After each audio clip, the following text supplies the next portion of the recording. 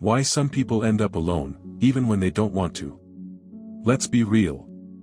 Most people will never say this out loud. But going through life with very few friends isn't always an accident. Sometimes it's the natural result of certain psychological tendencies. Ways of thinking, reacting, or interpreting the world that make closeness feel harder than it should be. And no, this has nothing to do with being shy, quiet, or just introverted. It runs deeper, down to how your brain processes social energy, authenticity, and emotional signals. So here's what psychology reveals about the people who often walk through life alone, even when connection is something they quietly crave. Number 1, their mind never stops replaying everything. People who struggle to build friendships tend to live heavily inside their head. They don't just talk, they analyze the conversation afterward. Did I sound weird? Did they mean something else? Why did I phrase it that way? This comes from excessive self-monitoring, a state where your brain constantly checks how you're being perceived. It feels like being self-aware, but in practice, it's a trap. You can't relax. Your body stiffens. Your presence feels guarded, and others sense that immediately. It's not that you don't want a connection. Your brain is simply too busy observing the moment to actually be in it. Number 2, they see through people too quickly. Some people have a radar for fake behavior. The forced enthusiasm, the shallow compliments, the little performances people put on for approval. Psychology calls this high interpersonal perception, and while it sounds like a gift, it often backfires. Because once you sense someone is wearing a mask, you can't pretend you don't see it. You stop playing along. You stop feeding the ego games. You stop entertaining superficial energy. And that kind of honesty, it makes people uncomfortable. They misinterpret your quietness as arrogance, your standards as judgment, your independence as emotional distance. You're not being cold. You're being real, and realness is rare enough to be feared. Number 3, they rely on themselves emotionally. Many friendships are glued together by shared vulnerability. Talking, venting, leaning on each other, exchanging emotional support. But highly self-reliant people don't ask for much. They soothe themselves. They solve their own problems. They rarely show emotional need. Psychology calls this internal emotional regulation.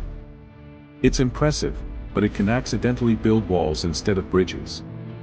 When you handle everything alone, people feel like there's no room for them. Not because you push them away, but because you never give them a moment where they can matter. You seem complete, self-contained, unshakable. And most people assume you don't need them, so they quietly drift. Number 4, they don't blend into groups. Some people walk through life with a natural resistance to group thinking. They don't follow the crowd, copy trends, or mimic behaviors just to belong. This is low social conformity, psychological independence. It's admirable, but isolating. Groups bond through similarity. Same jokes, same opinions, same reactions. But you're the one who notices the flaw in the logic, questions the popular opinion, sees the world from a different angle. You gain respect, but not closeness. Being different gives you identity, but it also creates distance. You don't fit in. Not because you can't, but because your mind refuses to shrink to match the room. Number 5, their emotions stay locked inside.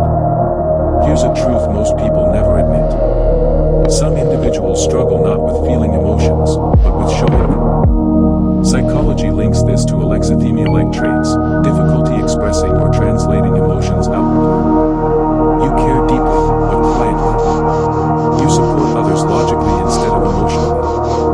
You think reliability is enough, but people also want warmth, empathy, and emotional presence. Not giving that makes them feel unseen, even if you're trying your best. By the time you're ready to open up, the moment has usually passed, or the person has already pulled back. The quiet reality. Most people who end up friendless didn't lose their connections all at once. It happened slowly. A delayed reply here. A lack of emotional expression there. A moment where you didn't fake enthusiasm. Another where you chose honesty over social harmony. Over time, they grew too perceptive, too independent, too internally regulated for a world fueled by emotional noise and surface-level bonding. But here's what everyone misses. Being alone doesn't mean you're broken. It means your mind values truth more than social illusion. You can't pretend.